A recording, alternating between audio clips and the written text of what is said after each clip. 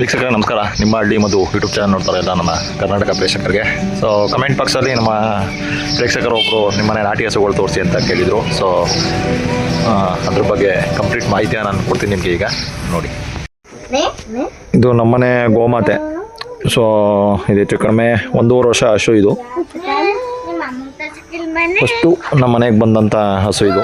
So ನಮ್ಮ ಮನೆ ಇದು ಖಾಲಿ ಜಾಗ ಬೇರೆ ಇರೋದು. ಸೊ ಎಲ್ಲೋ ಇಲ್ಲೇ ಕತ್ತಾಕಿದ್ದೀವಿ. ಮನೆ ಕಡೆ ನಮ್ಮದು ಸ್ವಲ್ಪ ಚಿಕ್ಕ ಇರೋದನ್ನ ಜಾಗ. ಇದು ಒಂದು ಹಸು ತಂದು ಇವಾಗ ನೋಡಿ, ಫಸ್ಟು ಒಂದು ಓರಿ ಹಾಕಿತ್ತು, ಈಗ ಎರಡನೇದು ಹೆಣ್ಣು ಹಸು. ಇದು ಹಸು ಹಾಕಿದೆ. ಇದು ಹೆಚ್ಚು ಕಡಿಮೆ ನಮ್ಮ ಮನೆಗೆ ಬಂದು 1.5 ವರ್ಷ ಆಗಿದೆ ಕರು ಹಾಕಿದ್ದಕ್ಕೆ. 1.5 ವರ್ಷ ಹಸು ಇದು. ಎಷ್ಟು ಚೆನ್ನಾಗಿ ಇನ್ನೂ ಮೂಗ್ದಾರ ಕಿತ್ತಾಕ್ಬಿಟ್ಟಿದ್ದಾಳೆ. ನೆನ್ನೆ ಕಾಲು ಹಿಡ್ಕೊಂಡು ಆರಾಮಾಗಿ ಫ್ರೀಯಾಗಿ ಮನೆಗೆ ಹೋಗಿ ಬೆಳಗ್ಗೆನೆ ಇಲ್ಲಿ ನನ್ನ ಮಕ್ಕಳೆಲ್ಲ ಆಟ ಆಡ್ತಿದ್ವಿ. ಸೊ ಎಲ್ಲರಿಗೂ ಹೇಳೋದು ಏನಂದರೆ, ಮಕ್ಳುಗಳಿಗೂ ನಮ್ಮ ನಾಟಿ ಹಸುಗಳ ಬಗ್ಗೆ ದಯವಿಟ್ಟು ತಿಳಿಸ್ಕೊಡಿ. ಯಾಕಂದರೆ ಮಕ್ಳುಗಳಿಗೆ ನಾಟಿ ಹಸುದ ಬಗ್ಗೆ ಗೊತ್ತಾಗಲಿಲ್ಲ ಅಂದರೆ ಮುಂದಿನ ಕಲ್ಚರ್ಗೆ ಮುಂದಿನಗೆ ಅವಕ್ಕೆ ಹಸು ಬಗ್ಗೆನೇ ಗೊತ್ತಿಲ್ಲ. ಈಗ ನೋಡ್ತಾ ಇರ್ಬೋದು, ಎಲ್ಲ ಮಕ್ಳುಗಳ ಕೈಲಿ ಇವಾಗ ಲ್ಯಾಪ್ಟಾಪ್ ಕೊಡ್ತಾ ಇದ್ದಾರೆ, ಮೊಬೈಲ್ಗಳು ಕೊಡ್ತೀರಾ. ಸೊ ಇದೆಲ್ಲ ಕೊಡೋದಕ್ಕಿಂತ ಹೆಚ್ಚಾಗಿ ನಮ್ಮ ಸಂಸ್ಕೃತಿ, ನಮ್ಮ ಹಸುಗಳ ಬಗ್ಗೆ ದಯವಿಟ್ಟು ತಿಳಿಸಿ. ಸೊ ಆ ದೃಷ್ಟಿಯಲ್ಲಿ ನಿಮಗೆ ತಿಳಿಸಿದ್ರೆ ತುಂಬ ಒಳ್ಳೆಯದು. ನಾನೇನು ಇಲ್ಲಿ ವಿಡಿಯೋ ಮಾಡೋಕ್ಕೋಸ್ಕರ ಮಕ್ಳುಗಳಿಗೆ ನಿಲ್ಲಿಸ್ಬಿಟ್ಟು ಮಾಡ್ತಾ ಇರೋದಲ್ಲ. ಹಂಗಾಗಿದ್ರೆ ಕರು ಬೆಚ್ಚಿಬಿಡೋದು, ಓಡಾಡ್ಬಿಡೋದು ಅವ್ರು ಬಂದ ತಕ್ಷಣ. ಸೊ ಅವ್ರು ದಿನನಿತ್ಯ ನೋಡ್ತಾರೆ, ದಿನನಿತ್ಯ ಆಟ ಆಡಿ ಒಗ್ಗಿಸ್ಕೊಂಡಿದ್ದಾರೆ ಅದನ್ನು.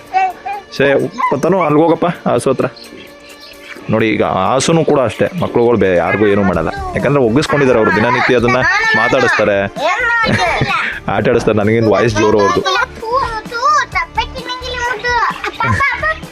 ಇಲ್ಲಿ ನೋಡಿ ಇವಳ.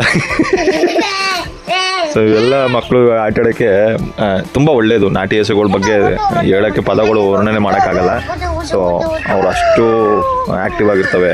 ಮಕ್ಳುಗಳಿಗಾದರೂ ಹಾಲು ಕೊಡಬೇಕು. ಇದು ಹಾಲು ಕೊಡ್ತಾ ಇದೆ. ಸೊ ಇದು ಬಂದು 3 ತಿಂಗಳು ಕರ ಹಾಕಿ. ಇದು 3 ತಿಂಗಳಾಗಿದೆ ಇದು ಕರ ಹಾಕಿ. ಇದು 3 ತಿಂಗಳು. ಇದಕ್ಕೆ ಮಿಂಚು ಅಂತ ಇವಳ ಹೆಸರು. ಇವಳ ಹೆಸರು ಬಂದು ಗೌರಿ ಅಂತ. ಸೊ ಇವಳ ಬಗ್ಗೆ ತುಂಬ ವಿಡಿಯೋಗಳು ಹಳೆಯದೆಲ್ಲ ಇದೆ.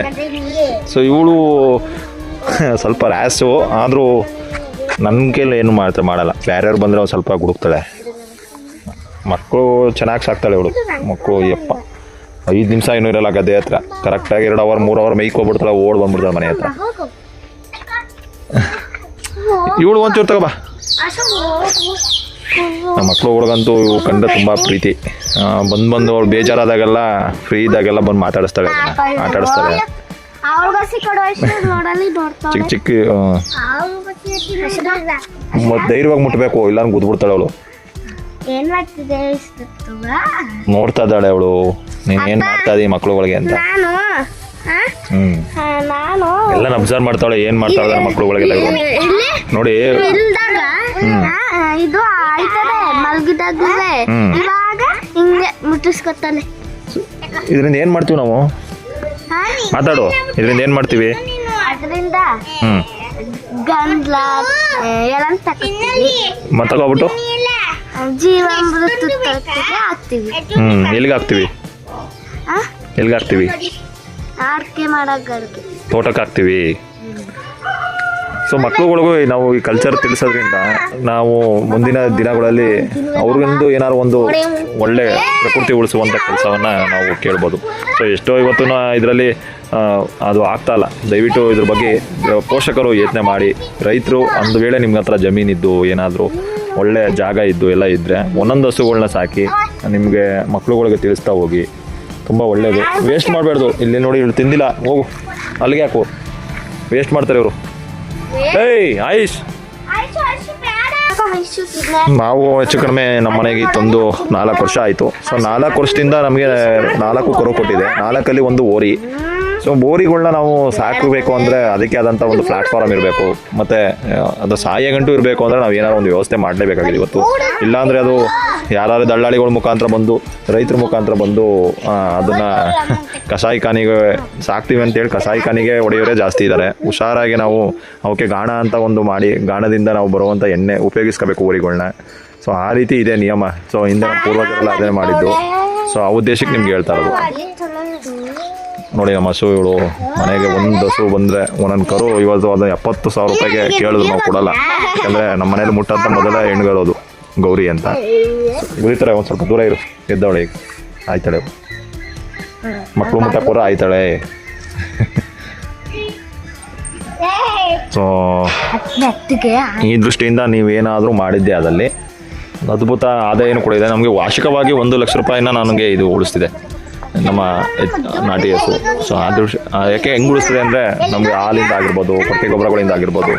ಸೊ ಇದು ತುಂಬ ಅನುಕೂಲ ಮಾಡಿದೆ ನಮಗೆ. ಅದಕ್ಕೋಸ್ಕರ ನಾನು ಈ ವಿಷಯ ನಿಮ್ಗೆ ಹೇಳ್ಕೋಬೇಕು ಅನ್ನಿಸ್ತು. ಸೊ ನಮ್ಮನೆ ಸಾಕಿರೋಂಥ ಹಸುಗಳು ತೋರಿಸಿ ಅಂತ ಕಮೆಂಟ್ ಬಾಕ್ಸಲ್ಲಿ ತುಂಬ ಜನ ಕೇಳಿದರು. ಸೊ ಎಲ್ಲ ಇವತ್ತು ಮಾಹಿತಿ ಕೊಟ್ಟಿದ್ದೀನಿ. ಸೊ ಎಲ್ಲ ನಮ್ಮ ಮಕ್ಕಳು ದಿನನಿತ್ಯ ಅವನ್ನ ಒಗ್ಗಿಸ್ಕೊಂಡಿದ್ದಾರೆ.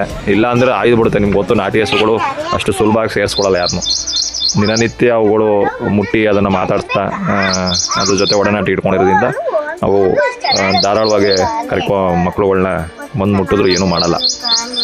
ಸೊ ಅದೇ ದೃಷ್ಟಿಲಿ ನಾನು ನಿಮ್ಗೆ ಹೇಳ್ತಾ ಇರೋದು. ನೋಡಿ, ತಾಯಿ ಮಗಳು ಇಬ್ಬರು ಹಗ್ಗ ಸಿಗಿಸ್ಕೊಬಿಟ್ಟಿದ್ದಾರೆ. ಓಕೆ ವೀಕ್ಷಕರೇ, ಯಾರ್ಯಾರು ನಮ್ಮ ಚಾನಲ್ ನಿಮ್ಮ ಹಳ್ಳಿ ಮಧು ನೋಡ್ತಾ ಇದ್ದೀರಾ ದಯವಿಟ್ಟು ಸಬ್ಸ್ಕ್ರೈಬ್ ಮಾಡಿ ಈ ಚಾನಲ್ ಪ್ರೋತ್ಸಾಹ ಮಾಡಿಸಿ. ಈ ಹಸುಗಳಿರುವ ಪ್ರಾಮುಖ್ಯತೆ, ಒಂದು ನಾಟಿ ಹಸು 1 ಎಕರೆ ಜಮೀನಲ್ಲಿ ಏನೆಲ್ಲ ಮಾಡ್ಬೋದು ಅನ್ನೋದನ್ನ ಹೇಳ್ತಾ ಹೋಗ್ತಾ ಇದ್ದೀನಿ. ಜೈ ಗೋಮಾತೆ, ಜೈ ಸುಭಾಷ್.